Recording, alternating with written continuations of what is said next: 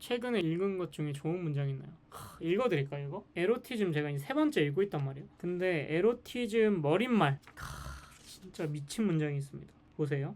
나는 신비 체험에 대해서 말했지 시에 대해서 말한 것이 아니다. 시에 대해서 무슨 말을 하려면 더 깊은 미궁에 빠져 들어갈 각오를 해야 할 것이다. 우리는 모두 시가 어떤 것인지에 대해서 느낀다. 시는 우리에게 근본을 제공한다. 그러나 우리는 그것에 대해서 말하지는 못한다. 시는 근본을 제공해요. 근데 근본을 제공하는데 그걸 말하지 못해요. 그리고 나는 지금은 시에 대한 언급을 피하겠다. 다만 신학자들에 의한 신의 연속성과 완전히 동일한 것은 아닐지라도 가장 강력하게 살다간 시인 랭보의 다음의 시는 내가 주장하고자 하는 연속성의 개념을 조금 더 분명히 해줄 것으로 믿는다. 여기서 연속성이란 뭔가 하면요, 우리는 모두 불연속적 존재들이죠. 그러니까 우리가 아무리 지지고 볶는다고 해도 죽어요. 근데 죽는데 어떻게 죽냐면 혼자 죽습니다. 제가 이번에 전시 갔다 왔잖아요. 그 작가님의 시리즈 중에 열리지라고 있습니다. 열리지가 뭐냐면 나무가 가지끼리 맞대어져서 하나가 된 게 열리지예요. 그 시리즈가 있어요. 이거예요.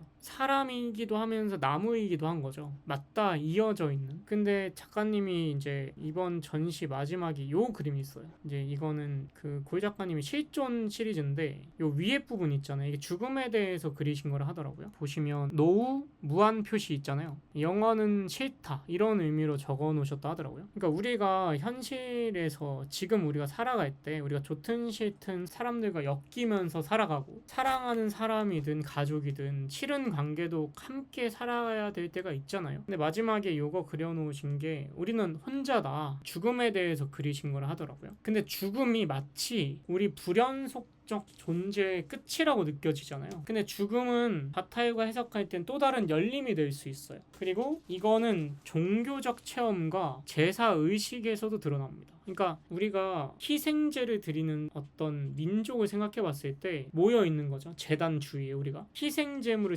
피를 흘리는 거예요. 그럼 희생제물의 비명을 지르겠죠. 그때 우리가 느끼는 감정이 뭔가. 바타이유는 연속성이라고 표현해요. 이 연속성의 느낌이 종교 속에선 신성이라는 거죠. 이 신성이 인격화된 게 신이라는 거고, 바타의 설명은 그래요. 결국에는 불연속적 존재인 우리가 연속성에 도달하기 위해서 그런 종교적인 제의나 종교 속에서 느낄 수 있는 감정이나 아니면 성관계를 한다는 거예요. 우리가 성관계를 통해서 우리는 연속성을 꿈꿀 수 있다는 거예요. 어떤 순간을 통해서? 오르가즘의 순간을 통해서. 이거를 조르주 바타이어가 작은 죽음이라 해요. 작은 죽음. 이 죽음이라는 건 뭐냐면 나의 개체성이 죽는 거예요. 사회적 내가 죽는 거예요. 침대 위에서. 그때 개별적인 내가 죽음으로써 보다 상위의 존재에 연결된 느낌을 받는다는 거예요. 근데 실제로 그렇거든요. 근데 이거예요. 신학자들과는 다르지만 랭보의 시도 연속성을 우리에게 계시한다는 거예요. 뭐라고 하냐면 랭보가 이렇게 말해요. 그것이 되찾아졌다. 무엇이? 영원성이. 태양과 함께 바다는 떠나가고. 이게 뭔 말이야? 이렇게 할 수 있잖아요. 무슨 말인지도 모르겠어요. 그것이 되찾아졌다. 그게 뭐냐? 영원성이 되찾아졌다. 태양과 함께 바다는 떠나가고. 이게 시가 끝이거든요. 근데 여기서 바타유가 영원성을 느꼈다는 거예요. 보세요. 왜 영원성을 느꼈는가? 시는 상이한 에로티즘의 형태가 마침내 이르는 같은 곳, 종교적인 에로티즘 또는 우리가 관계를 하면서 느끼는 에로티즘, 이런 여러 상이한 에로티즘의 형태가 마침내 이르는 똑같은 곳. 이게 뭐냐면 즉 상이한 사물들이 뒤섞이는 불명료한 곳으로 우리를 인도한다는 거예요. 랭보의 시를 이해할 수 없기 때문에 랭보는 우리를 어디로 인도하는 거예요? 시를 읽는 우리를 언어 저편으로 이끈다는 거예요.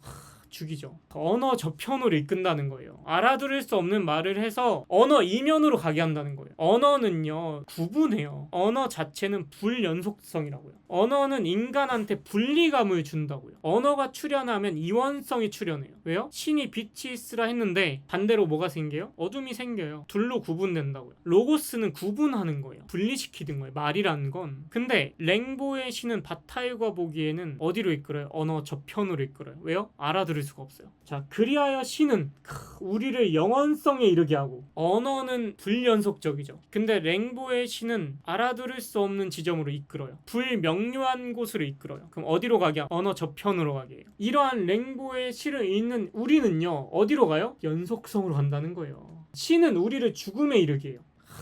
진짜 왜 죽음에 이르게 할까 여러분? 개체적인 나를 규정하는 건 언어거든요. 근데 언어를 붕괴시키면요, 개별적인 내가 사라져요. 여기서 말하는 죽음은 나의 죽음이에요. 자아의 죽음, 개별적인 나의 죽음이에요. 언어로 규정될 수밖에 없는 나의 죽음. 우리가 오르가즘을 느낄 때 뭐를 느껴요? 그거를 조르드 바타유가 에로스의 눈물에서 작은 죽음이라 한단 말이에요. 그 작은 죽음이라고 하는 이유가 뭐냐면 자아의 죽음이기 때문에 그래요. 남자가 사정하는 그 순간에, 혹은 여자가 오르가즘을 느끼는 순간에 자아가 있을까요? 텅 빈 상태예요. 그게 죽음이에요. 근데 조르지 바타유가 볼 때 이러한 랭보의 시가 죽음에 이르게 한다는 거예요.